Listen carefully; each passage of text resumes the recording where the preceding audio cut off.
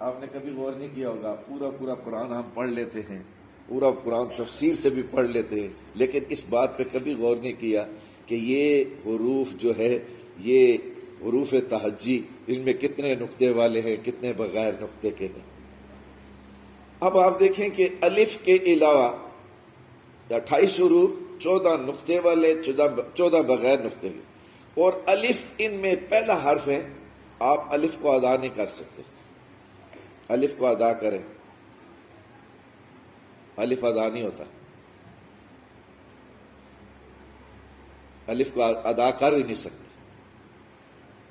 کسی کو معلوم نہیں، الف کو ادا نہیں کیا جا سکتا۔ الف کو تب ادا کریں گے کہ اس کے ما قبل فتح زبر آئے گی، فتح آئے گا تو الف ادا ہوگا، ورنہ الف کے اوپر اگر زبر یا زیر یا پیش آ جائے، ہم اس کو فتح اور کسرہ اور ضمہ کہتے ہیں۔ میں زبر زیر اس لیے کہہ رہا ہوں تاکہ آپ کو بات سمجھ آ جائے۔ زبر یا زیر یا پیش آ جائے الف کے اوپر، اس کو ہم الف نہیں کہیں گے، اس کو ہم حمزہ کہیں گے۔ اب الحمدللہ سے پہلے الف ہے، الف کے اوپر زبر آ گیا، اب ہم اس کو الف نہیں کہیں گے۔ آپ سے کوئی سوال کرے کہ الف اور حمزہ میں کیا فرق ہے، تو یہی فرق ہے کہ الف حرکت سے خالی ہوگا اور حمزہ پہ حرکت آ بھی سکتی ہے اور ساکن بھی ہو سکتا ہے۔ یہ الف اور حمزہ کا فرق ہے۔ تو الف کے علاوہ الف ادا ہی نہیں ہو سکتا، الف ما قبل کا محتاج ہے، جب تک ما قبل اس کے کوئی چیز نہیں آئے گی اس وقت تک الف ادا نہیں ہوگا۔ اب باقی 14 حروف کو دیکھیں۔ اب 14 حروف میں آپ دیکھیں کہ جو نقطے والے ہیں وہ اتنے قوی نہیں، جو بغیر نقطے والے وہ قوی ہیں۔ وہ قوی کیوں ہیں؟ کہ وہ نقطے کے محتاج بھی نہیں۔ اب آپ اللہ کا نام کو دیکھیں، اللہ کے نام کے کتنے حروف ہیں؟ آپ نے کبھی غور نہیں کیا؟ اب آپ گننا شروع کریں گے، کتنے؟ 4۔ اللہ کے نام کے حروف 4، محمد کے نام کے حروف 4، قرآن کے حروف 4، اور آپ دیکھیں کہ کتاب کے حروف کتنے ہیں؟ یہ بھی 4 ہے، یہ بھی 4، اور اولو العزم فرشتے کتنے ہیں؟ وہ بھی 4 ہے۔ اب آپ دیکھیں اولو العزم میں پیغمبر کتنے ہیں؟ وہ بھی 4 ہے۔ اور ہمارے ائمہ 4، امام ابو حنیفہ، امام مالک، امام شافعی، امام احمد بن حنبل، اور ہمیں کتابیں بھی 4 ہی دی گئی ہیں، اور آپ کے کالج کے حروف بھی 4 ہیں۔ کبھی غور کی ہے؟ کالج کے حروف بھی 4۔ اب یہ آپ دیکھیں کہ اللہ کے نام میں کوئی نقطہ نہیں، محمد کے نام میں بھی، احمد آسمان پہ، محمد زمین پہ، احمد میں بھی کوئی نقطہ نہیں۔ ہمیں جو دین دیا گیا اسلام، اس میں بھی نقطہ نہیں ہے۔ ہمیں جو کلام اللہ دیا گیا، باقی کتاب اللہ ہے، جو کتابیں باقی وہ کتاب اللہ ہے، ایک قرآن کریم کلام اللہ ہے، اس میں بھی نقطہ، کلام اللہ میں نقطہ نہیں۔ اب ہمیں جو دین دیا گیا اسلام، اسلام میں بھی نقطہ نہیں ہے۔ اب ہمیں کلمہ دیا گیا لا الہ الا اللہ محمد الرسول اللہ، اس میں بھی نقطہ، اور کلمے کے بھی 4 جز ہیں، یہ بھی یاد رکھیں۔ لا الہ ایک جز، الا اللہ دوسرا جز، محمد تیسرا جز، رسول اللہ چوتھا جز، 4۔ تو یہ 4 کا عدد۔ اور قرآن کریم میں عادات کی طرف میں اگر جاؤں تو ایک پورا علم ہے۔ اب سب سے چھوٹی سورت کون سی ہے؟ سورۃ الکوثر۔ اس پہ آپ ذرا غور کریں، اس پہ 10 کا عدد ہے سورہ کوثر پہ، اور پوری ہماری دین کا پورا خلاصہ اس صورت میں بیان کر دیا گیا ہے۔ انا اعطیناک الکوثر فصل لربک وانحر ان شانئک هو الابتر۔ انعام بیان کیا، پھر پروگرام بیان کیا، پھر انجام بیان کر دیا۔ پہلا انعام، جب آپ کوئی مسابقہ کوئی کالج میں جو آپ مقابلے کرواتے ہیں تو اس میں پہلے انعام رکھتی، یہ انعام ملے گا، پہلا انعام رکھ دیے گا، انا آتینا کل کوثر، انعام بیان کیا، پھر پروگرام بیان کیا، فصلی لربک وانحر، آپ نماز پڑھیے اور قربانی دیجیے، ان شانئک ھو الابتر، اب اس انجام بھی بیان کیا۔ اگر آپ نے پروگرام صحیح بیان نہ کیا، اس پروگرام کے مطابق آپ نے زندگی نہیں گزاری تو آپ پھر ابتر ہیں۔ اب اس صورت وہ چھوڑے، وہ تفصیل میں جاؤں تو بہت بڑی، یعنی نماز کے متعلق مختصر سا ایک آپ کو چیز بتا دوں کہ نماز قیامت کے دن سب سے پہلا سوال ہمیں نماز کے متعلق ہونا ہے۔ بلکہ حضور کے پاس ایک صحابی آ کر شکایت کرتے ہیں، یا رسول اللہ فلاں صحابی چوری کرتے ہیں، رات کو چوریاں کرتے ہیں، دن کو نماز پڑھتے ہیں۔ حضور نے یہ نہیں فرمایا اس کو سزا دو، حضور نے فرمایا کہ نماز پڑھتا ہے، ہاں جی پڑھتا ہے، یہ نماز ہی اس کو چوری کی عادت سے دور کر دے گی۔ اور اللہ نے قرآن کریم میں بھی فرمایا، اتل ما اوحی الیک من الکتاب واقم الصلاۃ ان الصلاۃ تنہی عن الفحشاء والمنکر۔ نماز میں آپ کھڑے ہوتے ہیں، کتنا قد ہے آپ کا؟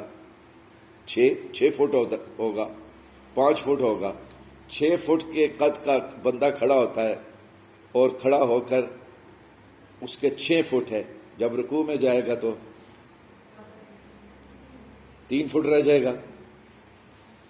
اللہ کے نبی سے کسی نے سوال کیا، میں اس لیے بیان کر رہا ہوں کہ یا اللہ، میں اللہ کے قریب کب ہوتا ہوں، میں اللہ کے قریب کب ہوتا ہوں؟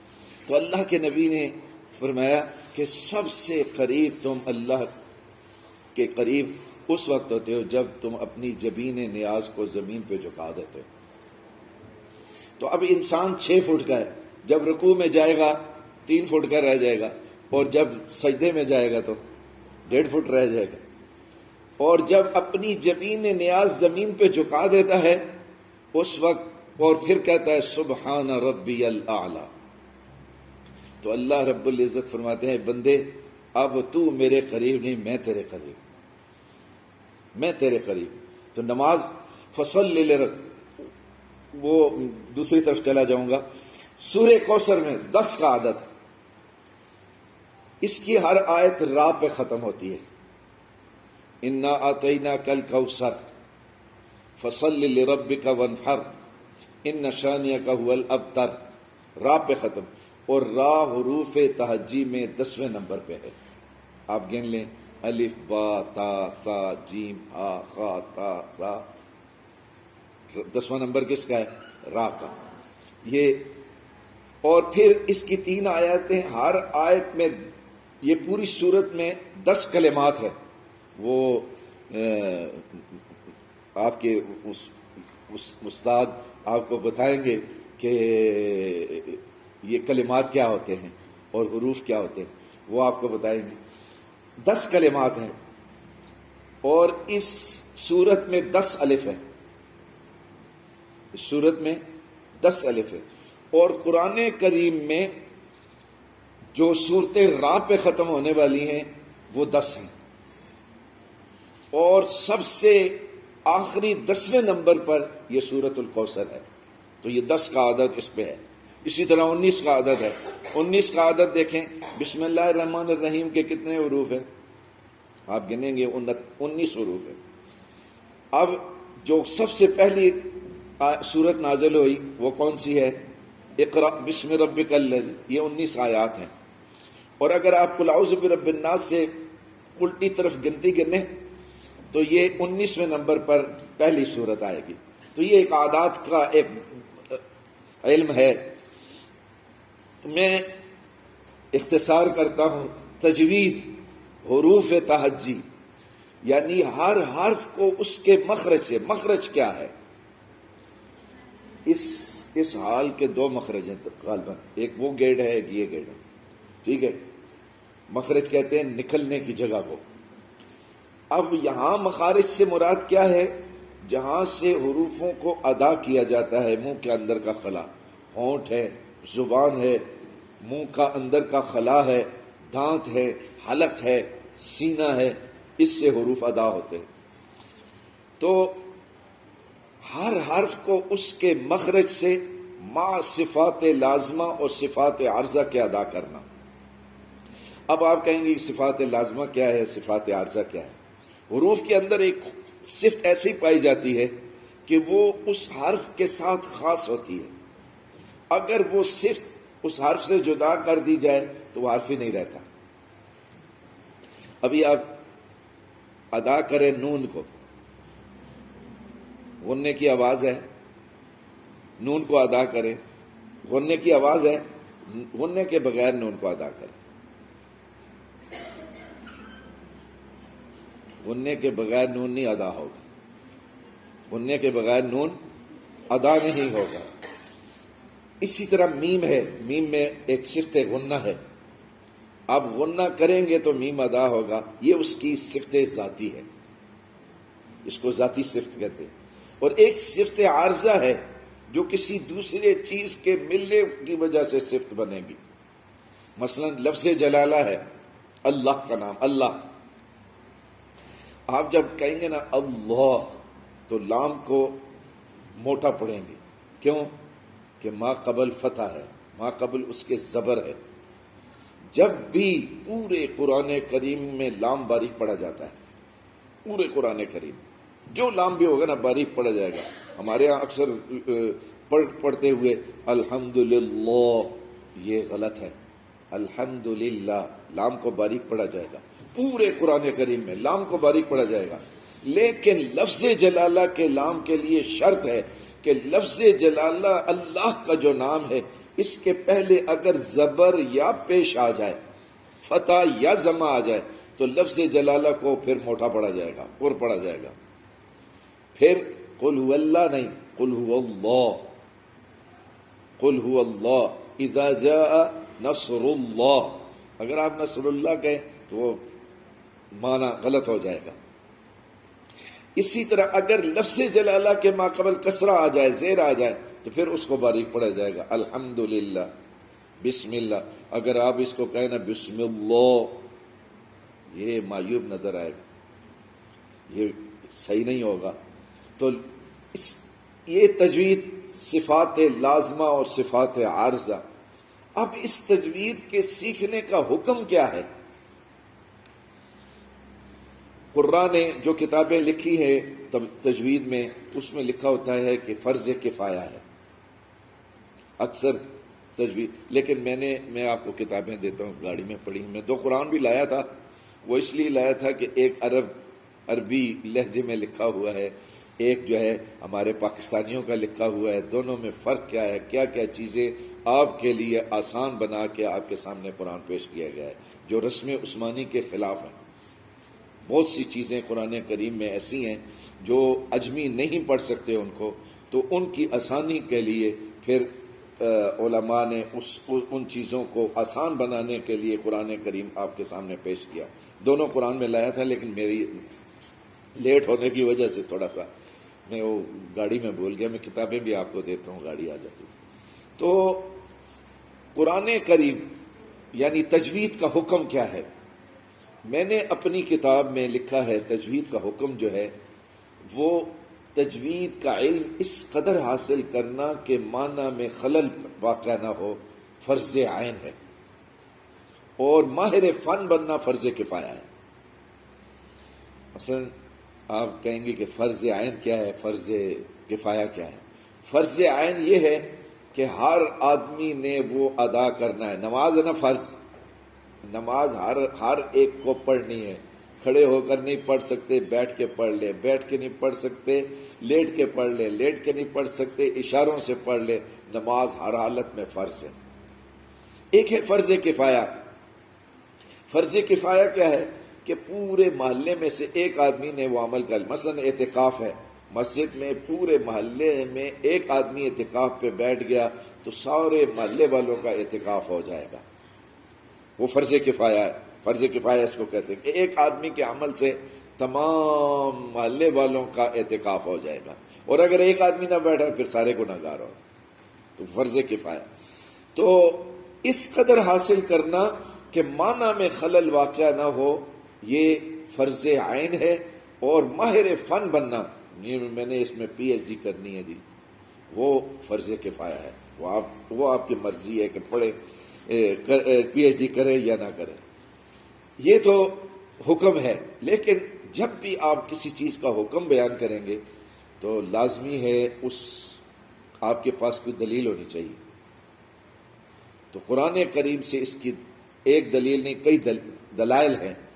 اللہ رب العزت نے پہلے پارے میں فرمایا الذین آتیناہم الکتاب یتلونہ حق تلاوتہ، قرآن کریم کو اس طرح تلاوت کیا جائے جیسے اس کا حق ہے تلاوت کرنے کا،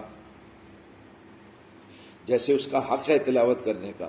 اسی طرح قرآن کریم میں اللہ رب العزت نے فرمایا ورتل القرآن ترتیلا، ترتیل کہتے ہیں ٹھہر ٹھہر کے پڑھنے کو، یعنی تجوید۔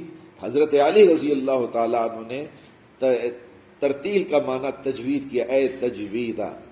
اسی طرح قرآن کریم میں اللہ رب العزت نے فرمایا وَلَقَدْ يَسَّرْنَا الْقُرْآنَ لِلذِّكْرِ، قرآن ہم نے آپ کے لیے آسان کر دیا، تو اس کو ذکر کے لیے بھی آسان کر دیا، پڑھنے کے لیے آسان اور سمجھنے کے لیے بھی آسان کر دیا۔ اب آپ دیکھیں کہ یہ تو احادیث سے، یہ تو قرآن کریم کی دلائل آپ نے دیے، تو آپ کے پاس احادیث کے دلائل بھی ہونے چاہیے، وہ بھی ہمارے پاس موجود ہے۔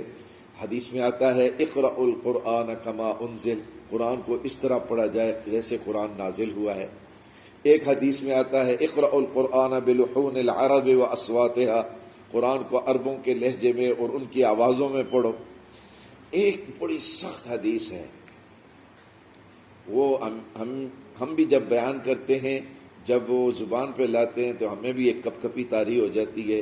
ایک بہت سخت حدیث ہے، وہ ہے رب قارئ للقرآن والقرآن یلعن، قاری قرآن کی تلاوت کرتا ہے اور قرآن اس پہ لعنت بھیجتا ہے۔ سخت حدیث، رب قارئ للقرآن والقرآن یلعن، قاری قرآن کی تلاوت کرتا ہے اور قرآن اس پہ لعنت بھیجتا ہے۔ اس کی توجیحات علماء ایک تو یہ بیان کرتے ہیں کہ قاری قرآن پڑھ رہا ہوتا ہے، اس کو پتہ نہیں ہوتا کہ یہ حرف اس کو میں نے کس طرح پڑھنا ہے، وہ ایسا حرف پڑھ جاتا ہے کہ اس حرف کو اس طرح ادا کر جاتا ہے کہ معنی بالکل تبدیل ہو جاتا ہے۔ میں بھی وہ آپ کو مثالیں دوں گا۔ ایک توجیہ یہ کہ ہم قرآن پڑھ رہے ہوتے ہیں اور قرآن پڑھتے پڑھتے ہم ٹی وی بھی دیکھ رہے ہوتے ہیں، ٹی وی بھی ہمارا کھلا ہوتا ہے اور ساتھ موبائل پہ سکرین بھی ہماری کھلی ہوتی ہے۔ یہ اس پہ بھی دیکھیں، میں آپ میں سے کوئی کوشش کرے کہ ایک خط لکھے اور وہ مجھے کہے کہ آپ ذرا اس خط کو پڑھ دیں، میں نے بڑی محنت کی اس خط پہ، اور جب میں خط پڑھوں اور میں اس میں غلطیاں کروں تو آپ کو غصہ آئے گا، یار میں نے اتنی محنت سے یہ خط لکھا ہے اور یہ میرے خط کو کتنا غلط پڑھ رہا ہے۔ اسی طرح اللہ کا کلام ہے، اللہ کے کلام کو جب ہم پڑھیں تو اس کے مطابق پڑھیں جس طرح اللہ نے قرآن کریم کو نازل کیا ہے۔ اب یہ احادیث سے دلائل ہے، اور اجماع کیا کہتا ہے؟ دیکھیں ہمارے پاس تین چیزیں ہوتی ہیں، ایک قرآن سے دلیل، ایک حدیث سے دلیل۔ اگر قرآن سے دلیل نہیں تو آپ کے پاس حدیث کی دلیل ہونی چاہیے، حدیث کی دلائل نہ ہو تو پھر اجماع ہے، علماء اس کے متعلق کیا کہتے ہیں۔ اب اجماع کیا کہتا ہے؟ حضرت عبداللہ ابن مسعود رضی اللہ تعالیٰ عنہ کو، جن کا میں نے تذکرہ کیا کہ وہ جب حضور علیہ السلام خود انہیں فرمایا کرتے تھے عبداللہ مجھے قرآن سناؤ، تو ایک دفعہ صحابہ کی ایک جماعت بیٹھی ہوئی تھی، تو حضرت عبداللہ ابن مسعود کا وہاں سے گزر ہوا اور وہ یہ آیت تلاوت کر رہے تھے سورہ توبہ کی، انما الصدقات للفقراء والمساکین، للفقراء والمساکین۔ تو حضرت عبداللہ ابن مسعود رک گئے اور کہا ما سمعت من رسول اللہ صلی اللہ علیہ وسلم ہکذا، میں نے نبی علیہ السلام سے یہ آیت اس طرح نہیں سنی ہے۔ صحابہ کہنے لگے عبداللہ یہ تو سورہ توبہ کی آیت ہے، 10ویں پارے کی آیت ہے، آپ کس طرح کہتے ہیں قرآن کی آیت نہیں ہے؟ حضرت عبداللہ ابن مسعود فرماتے ہیں نا نا نا نا، میں نے اس طرح نہیں سنی۔ نہیں، آپ نے کس طرح سنی؟ تو حضرت عبداللہ ابن مسعود نے پھر پڑھ کے سنائی، فرمایا انما الصدقات للفقراء والمساکین، مد نہیں کھینچی تھی، فقراء کو کھینچا نہیں تھا۔ عبداللہ ابن مسعود کہنے لگے ما سمعت من رسول اللہ صلی اللہ علیہ وسلم۔ تو قرآن ہمارے پاس جو پہنچا ایک علمی اور ایک کتابی۔ علمی شکل کیا ہے کہ آپ میرے استاد ہیں، میرا 19واں واسطہ ہے نبی علیہ السلام سے، میرے اساتذہ کا۔ میں نے مدینہ یونیورسٹی میں اور مسجد نبوی میں ایک استاد سے اجازت لینا بڑا مشکل کام ہے، یہ پورا قرآن سنانا پڑتا ہے حدر کے ساتھ، تجوید کے ساتھ۔ تو ایک استاد نے ہمیں، اچھا یہ اوپر رکھ، اجازت یہ ہوتی ہے کہ پورا قرآن کریم تجوید کے ساتھ سنانا ہے، تجوید کے ساتھ سنانا ہے۔ تو میں نے جب سنایا تو اب میرا نبی علیہ السلام کا 19واں واسطہ ہے۔ آ رہی آواز؟ یہ میں اس کو ہاتھ میں لے لیتا، میرا اس کو یہاں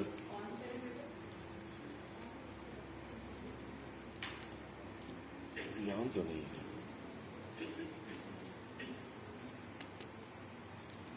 موبائل بھی پکڑ